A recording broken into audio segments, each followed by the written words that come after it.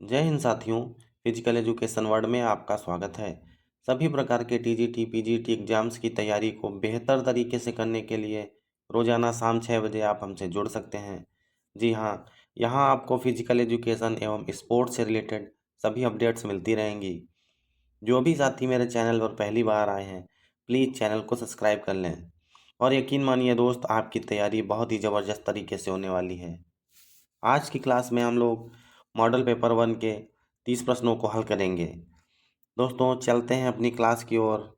Number 31, विश्व का सबसे ऊंचा क्रिकेट ग्राउंड कहाँ पर स्थित है? तो याद रखिएगा दोस्तों, ये चैल भारत में है। चैल हिमाचल प्रदेश में आता है और दोस्तों ये सोलन जिले में पड़ता है।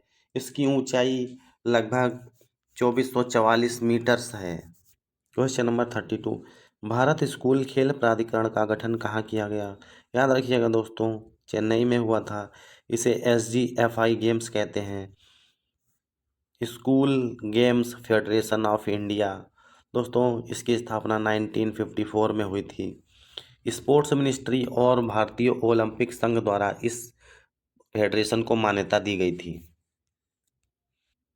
क्वेश्चन नंबर 33, रूड गुलिट शब्द का संबंध किस खेल से है?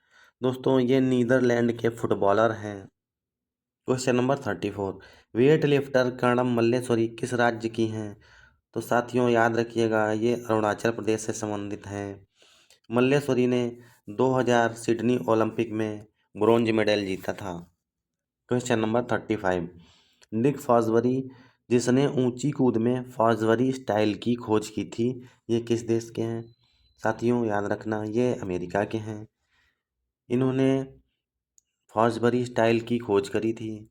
इसके अलावा ऊंची कूद में और भी कई स्टाइल्स हैं, eastern roll, western roll, straddle roll और फॉसबरी फ्लॉप। लॉन्ग जंप की टेक्निक को जान लेते हैं। इसमें हिच है, हैंग हो गई और एक सेल स्टाइल है। क्वेश्चन नंबर 36, एथलेटिक्स में सिंथेटिक ट्रैक का प्रयोग पहली बार कब हुआ था? तो दोस्तों ये 1968 के मेक्सिको ओलंपिक में किया गया था। क्वेश्चन नंबर 37, प्रथम विश्व कप एथलेटिक्स चैंपियनशिप कहाँ आयोजित की गई थी? तो दोस्तों ये 1983 में फिनलैंड में आयोजित हुई थी। ऑप्शन बी हमारा सही जवाब हो जाएगा। Question number 38, Britannia Amrit Raj tennis academy किस राज्य में स्थित है?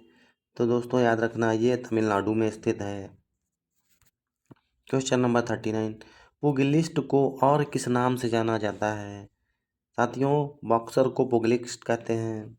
क्वेश्चन नंबर 40, टी ऑफ शब्द किस खेल से जुड़ा हुआ है? साथियों आपने गोल्फ में देखा होगा, एक स्टिक जो लास्ट में होल में बॉल डालने के लिए प्रयोग होती है, वो टी टाइप की बनी होती है, तो उसे ही टी ऑफ कहा जाता है। तो ये गोल्फ से रिलेटेड हो गई। क्वेश्चन नंबर 41, विश्व शारीरिक शिक्षा कांग्रेस का मुख्यालय कहाँ स्थित है? तो साथियों ये इंग्लैंड में स्थित है। क्वेश्चन नंबर 42, निम्न में से जल थेरेपी को और किस नाम से जाना जाता है? तो साथियों जल थेरेपी को हाइड्रोथेरेपी भी कहा जाता है। क्वेश्चन नंबर 43, कोशिका चारों तरफ से घिरी होती है। याद रखिएगा दोस्तों, ये प्लाज्मा मेम्ब्रेन से घिरी होती है। क्वेश्चन नंबर 44, कोशिका के अंदर गाढ़ा तरल पदार्थ होता है जिसे कहा जाता है? तो साथियों इसे साइटोप्लाज्म कहा जाता है, इसे साइटोप्लाज्म कहते हैं। ऑप्शन सी हमारा सही जवाब हो जाएगा। क्वेश्चन नंबर 45, एक छोटा बच्चा किस कारण से साइकिल नहीं चला पाता है? छोटा बच्चा अपरिपक्वता के कारण साइकिल नहीं चला पाता है। क्वेश्चन नंबर 46, कोशिका के किस भाग को प्रोटीन की फैक्ट्री कहा जाता है? तो प्रोटीन की फैक्ट्री राइबोसोम को कहा जाता है। लाइसोसोम जो है दोस्तों, इसे आत्महत्या की थैली कहते हैं। गोल्गी बॉडी मतलब गोल्गी ऑपरेटर जो होते हैं, ये ट्रैफिक कंट्रोलर कहलाते हैं। और ऑप्शन डी इंडोप्लाज्मिक रेटिकुलम क्या होते हैं? ये प्रोटीन और फैट जो है इसका निर्माण करते हैं। क्वेश्चन नंबर 47, कोशिका के किस अंग को सेल्यूलर गार्बेज डिस्पोजल कहा जाता है? तो दोस्तों ये लाइसोसोम को कहा जाता है। क्वेश्चन नंबर 48, कोशिका के किस भाग को पावर पॉइंट कहा जाता है?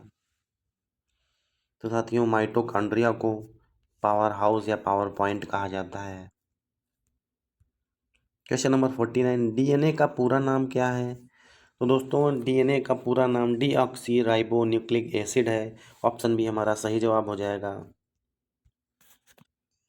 क्वेश्चन नंबर 50, किस प्रकार का तंतु एक दूसरे तंतु को जोड़ने में सहायता करता है?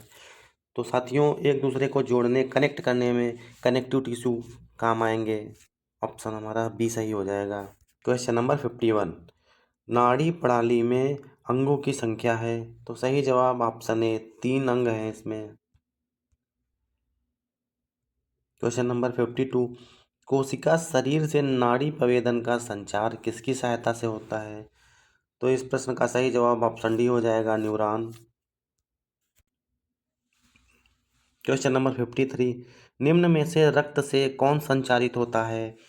तो रक्त से एंजाइम भी संचारित होता है, ऑक्सीजन भी संचारित होता है, हार्मोन्स भी संचारित होते हैं। तो इस प्रश्न का सही जवाब ऑप्शन डी हो जाएगा। क्वेश्चन नंबर 54, मानव अस्थि का मुख्य तत्व है? साथियों हड्डियां कैल्शियम से बनी होती हैं। सही जवाब ऑप्शन बी है। क्वेश्चन नंबर 55, प्रति मिनट में ली गई हवा की मात्रा को कहते हैं? तो दोस्तों याद रखना मिनट आयतन बोलते हैं इसको। क्वेश्चन नंबर 56, केंद्रीय नाड़ी प्रणाली में निहित होता है? तो दोस्तों ब्रेन और स्पाइन इस प्रश्न का सही जवाब हो जाएगा। क्वेश्चन नंबर 57, स्वचालक नाड़ी प्रणाली नियंत्रण करती है? तो दोस्तों ये आंतरिक अंगों को नियंत्रित करती है। क्वेश्चन नंबर 58, डेंड्राइट की भूमिका है अन्य न्यूरॉनों से आवेश में उनको? ऑप्शन डी सेल बॉडी की ओर ले जाना। क्वेश्चन नंबर 59, किडनी के अपर लोब में जो ग्रंथि स्थित होती है उसे कहते हैं? तो साथियों वो एड्रीनल ग्रंथि कहलाती हैं। दोनों किडनी के ऊपर 2 ग्रंथियां होती हैं ट्रायंगल शेप में, इस तरह से इन्हें एड्रीनल ग्रंथियां कहते हैं।